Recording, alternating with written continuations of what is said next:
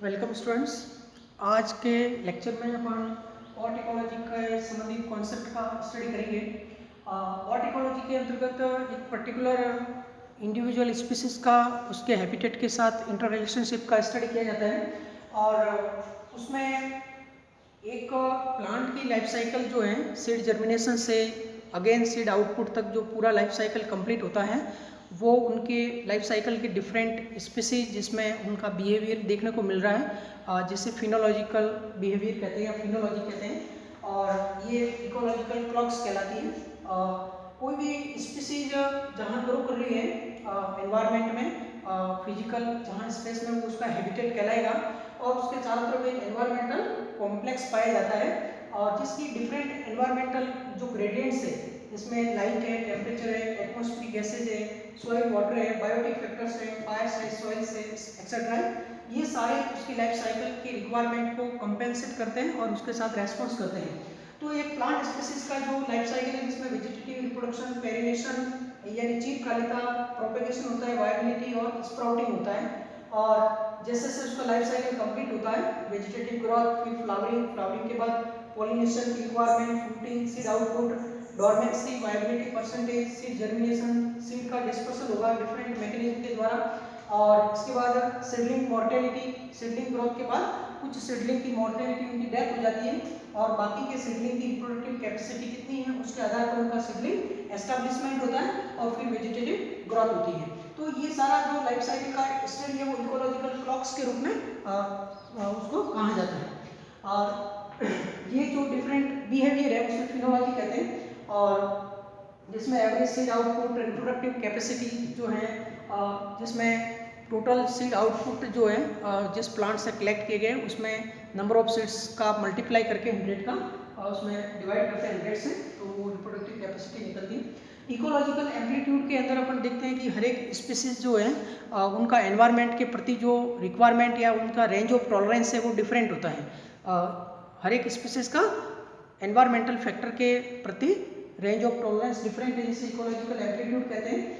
एक ही एग्जाम में क्वेश्चन आता है लिबिक लॉ ऑफ मिनिमम क्या है।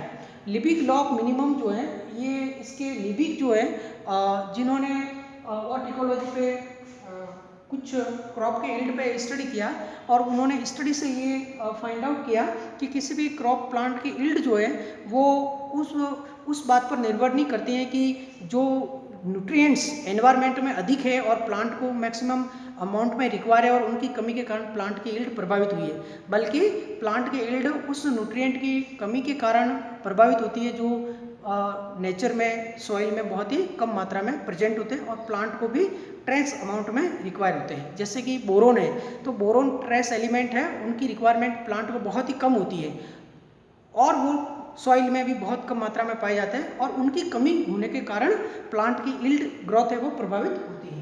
ये कहलाता है लिबिक लॉ ऑफ मिनिमम। इसके बाद सेल्फर्ड लॉ ऑफ टॉलरेंस है। सेल्फर्ड जो है सेल्फर्ड ने एक लॉ दिया था, उसमें लॉ ऑफ टॉलरेंस के बारे में बताया गया था कि हर एक इकोलॉजिकल स्पीसीज का एक मिनिमम और मैक्सिमम रेंज ऑफ टॉलरेंस होता है। वो range of tolerance light intensity के प्रति,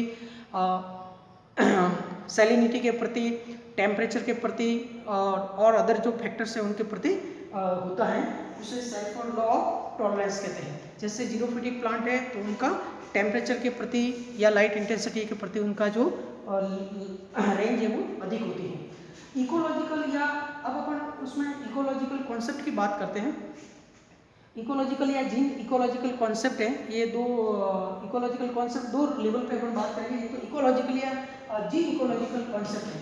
जीन इकोलॉजिकल और एक इकोसिस्टम लेवल पे कॉन्सेप्ट क्या है। सबसे पहले जीन इकोलॉजिकल कॉन्सेप्ट में इसमें अपन व्हाट इकोलॉजी इंडिविजुअल स्पीसीज का जो एनवायरनमेंट में चेंजेस है, एनवायरनमेंट में फैक्टर्स के प्रति होने वाले चेंजेस का स्टडी किया जाता है। इसमें इकेट्स, इकोटाइप और इको स्पीसीज इन तीन का स्टडी करेंगे, जबकि इकोसिस्टम लेवल जो होता है जिसमें दो कॉन्सेप्ट है, इकोलॉजिकल वीक कॉन्सेप्ट और इकोलॉजिकल इक्विवेलेंट कॉन्सेप्ट का स्टडी करेंगे। सबसे पहले व्हाट इकोलॉजिकल लेवल की जब अपन बात करते हैं तो व्हाट इकोलॉजी के अंदर यदि कोई सेम एक ही टैक्सोनॉमिक कैटेगरी है, यानी एक ही स्पीसीज की पॉपुलेशन है, परंतु एक स्पीसीज की पॉपुलेशन, लेकिन वो डिफरेंट हैबिटेट में पाई जा रही है। हैबिटेट चेंज हो गया, ज्योग्राफिकल डिस्ट्रीब्यूशन अगर चेंज है तो उसके अंदर कुछ हैबिटेट चेंज होने के कारण या एनवायरनमेंट चेंज होने के कारण उसमें कुछ वेरिएशंस जो है वो मॉर्फोलॉजिकल वेरिएशंस है वो दिखाई देंगे, और वो मॉर्फोलॉजिकल वेरिएशंस का जो अपीयरेंस है वो उन प्लांट के जो प्लांट पार्ट है उनका साइज़ है, उनका नंबर है, उनका कलर है, उसके रूप में अपन को दिखाई देते हैं। चूँकि वो मॉर्फोलॉजिकल वेरिएशंस हैं वो केवल एनवायरमेंटली इंड्यूस्ड होते हैं, इसलिए वो रिवर्सिबल होते हैं, वो अगेन सेम एनवायरनमेंट के अंदर ग्रो होने पर वो वापस डिसअपीयरेंस हो जाते हैं। इसलिए इकेट्स का दूसरा नाम इकोफेंस या हैबिटेट फॉर्म भी कहते हैं इसको, डिफरेंट हैबिटेट में चेंजेस कारण, या एनवायरमेंटल इंड्यूस्ड वेरिएशंस भी कहलाते हैं। तो इकेट्स जो है इसका जो स्टडी रामाकृष्णन ने किया था यूफॉर्बिया हिर्टा पे, कि यूफॉर्बिया हिर्टा के दो इकोटाइप पाए जाते हैं। एक इकोटाइप जो हार्ड जो सॉइल है वहाँ पे नॉर्मल प्रोस्टेट हैबिट का होता है, लेकिन जो ट्रैम्पलिंग पाथ है वहाँ का यूफॉर्बिया हिर्टा जो है वो कॉम्पैक्ट प्रोस्टेट टाइप का होता है। तो वो उसमें चूँकि हैबिटेट चेंज हुआ है तो एक ही स्पीसीज यूफॉर्बिया हिर्टा के दो इकोटाइप अपन को अलग अलग दिखाई देते हैं। या कोई फुट हिल है जहाँ शेडी एरिया है, टेम्परेचर बहुत कम है, या वहाँ का माइक्रो क्लाइमेट अलग है, तो उसके कारण उसकी हैबिटेट या ग्रोथ फॉर्म है वो डिफरेंट दिख सकती है। तो इस प्रकार के वेरिएशंस जो एनवायरमेंट फैक्टर के कारण हैबिटेट चेंज के कारण उत्पन्न होते हैं, और वो जो चेंजेस हैं वो रिवर्सिबल होते हैं, वो परमानेंट चेंज नहीं होते हैं, टेम्परेरी होते हैं, और वो मॉर्फोलॉजिकल चेंजेस होते हैं, उससे अपन कहते हैं इकेट्स कहते हैं। इकोटाइप, उसके अगेंस्ट में इकोटाइप का जब अपन स्टडी करेंगे तो इकोटाइप को इकोलॉजिकल या फिजियोलॉजिकल रेसेस भी कहते हैं, क्योंकि इनका स्टडी मिश्रा और राव ने किया था 1948 में लिंडन बर्जिया इंडिका पे। लिंडन बर्जिया के दो टाइप के इकोटाइप्स उन्होंने फाइंड आउट किए थे, और इकोटाइप के अंदर जो चेंजेज आ रहे हैं वो चेंजेस परमानेंट होते हैं और इरिवर्सिबल होते हैं, वो अगेन डिसअपीयर नहीं होते, क्योंकि वो चेंजेस जब प्लांट हैबिटेट चेंज के कारण जब प्लांट ग्रो करता है तो वहाँ पे सेल डिवीजन के दौरान, मियोसिस और माइटोसिस के दौरान उसमें क्रोमोजोम नंबर चेंज होते हैं, हाइब्रिडाइजेशन होता है, जिसके कारण वो जिन लेवल तक चेंजेज होते हैं वो परमानेंट होते हैं और इरिवर्सिबल होते हैं। इसलिए इस प्रकार के चेंजेस जो है वो इकोटाइप्स कहलाते हैं। एक ही स्पीसीज के ऐसे जो वेरिएशंस जो आ रहा है वो इकोटाइप्स कहलाती हैं, और उनको फिजियोलॉजिकल रेसेस भी कहते हैं। और इको स्पीसीज का मतलब, अगर इको स्पीसीज जो इकोटाइप होते हैं वो इकोटाइप उसके चेंजेस होते तो इरिवर्सिबल, परंतु वो आपस में इंटरफर्टाइल होते हैं। तो ऐसे इकोटाइप जो आपस में इंटरफर्टाइल हैं परंतु वो वायबल ऑफ स्प्रिंग प्रोडक्शन नहीं कर पाते हैं, they don't produce viable of spring. तो इस प्रकार के इकोटाइप से वो इको स्पीसीज के नाम से जाना जाता है। तो वहाँ पे जो जो इकोटाइप्स है वो इको स्पीसीज कहलाएगी, वो एक टैक्सोनॉमिक क्लासिफिकेशन की यूनिट के रूप में माना जाएगा। इकोलॉजिकल लेवल, इकोसिस्टम लेवल की जब अपन बात करते हैं तो यहाँ पे इकोलॉजिकल निक और इकोलॉजिकल इक्विवेलेंट की बात करेंगे। हालांकि इकोलॉजिकल निक कॉन्सेप्ट जूलॉजी के फर्स्ट यूनिट में ये है सिलेबस में। इकोलॉजिकल निक कॉन्सेप्ट ये कहता है कि यहाँ पे इंडिविजुअल जो स्पीसीज होती हैं वो जैसे से जोग्राफिकल डिस्ट्रीब्यूशन चेंज होता है या हैबिटेट में परिवर्तन आता है, तो जो स्पीसीज होती हैं उन स्पीसीज के अंदर सेम हैबिटेट के बावजूद भी उसके अंदर डिफरेंट फंक्शनल एस्पेक्ट है वो देखने को मिलते हैं। इकोलॉजिकल नीड में हम 3 चीज़ों का स्टडी करते हैं। एक उसका फिजिकल स्पेस की बात करेंगे, और दूसरा ट्रॉफिक लेवल की बात करेंगे, ट्रॉफिक निक,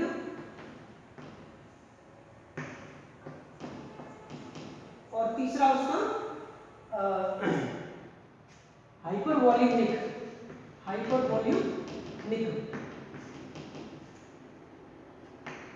ये 3 अलग अलग प्रकार के निक जो है वो स्टडी किए जाते हैं, और यहाँ पे ट्रॉफिक निक, हाइपर वॉल्यूम या मल्टीफैक्टर निक और हैबिटेट निक, फिजिकल स्पेस वाले को हैबिटेट निक भी कहते हैं। यानी कि इकोलॉजिकल निक के अंदर जब अपन हैबिटेट की बात करते हैं तो किसी भी प्लांट स्पीसीज या एनिमल स्पीसीज के फिजिकल स्पेस की बात करते हैं कि उस स्पीसीज के द्वारा जो ऑक्यूपाइड फिजिकल स्पेस है वो उसका हैबिटेट कहलाता है। तो यहाँ पे फिजिकल स्पेस यानी किसी स्पीसीज का जो एड्रेस है उसका अपन स्टडी करते हैं, जो उसका हैबिटेट के बारे में स्टडी करते हैं, उसका फिजिकल स्पेस क्या है, एड्रेस क्या है, उसके साथ में उसकी ट्रॉफिक पोजीशन क्या है, न्यूट्रिशनली उसको क्या क्या रिक्वायरमेंट है, या वो इकोसिस्टम में ट्रॉफिक लेवल क्या है उनका, हर्बीवोर है, कार्निवोर है या ओमनीवोर्स है। इसके बाद में हाइपर वॉल्यूम निक के अंदर अपन 3 डायमेंशनल कंडीशन की बात करते हैं कि जिस हैबिटेट में वो पाया जाता है उसके साथ साथ उसका ट्रॉफिक पोजीशन के अलावा उनका डिफरेंट जो एनवायरमेंटल ग्रेडियंट्स हैं, जैसे टेम्परेचर की बात करेंगे, एक फैक्टर जैसे टेम्परेचर ले लिया, इसके अलावा न्यूट्रिएंट्स की बात करेंगे जैसे फास्फोरस की बात की, और एक और कोई अपन लाइट फैक्टर के रूप में लेंगे। तो उस 3 डिफरेंट जो रिक्वायरमेंट है उसके एनवायरमेंट के साथ उसके प्रति उसका रेस्पॉन्स क्या है, तो वहाँ पे एक हाइपर वॉल्यूम जो है वो निक का निर्माण होता है। तो ये जियोलॉजी में और उसको डिटेल से स्टडी किया जाएगा इकोलॉजिकल निक को। तो ये 3 टाइप के इकोलॉजिकल निक जो है, इकोलॉजिकल निक कॉन्सेप्ट जो है वो ग्रीनेल ने दिया था, ये कॉन्सेप्ट ग्रीनेल 1971 में, और उन्होंने माइक्रो हैबिटेट के नाम से एक्सप्लेन किया था। इकोलॉजिकल निक को माइक्रो हैबिटेट्स भी कहते हैं, माइक्रो हैबिटेट्स के रूप में उसको कॉन्सेप्ट को दिया था।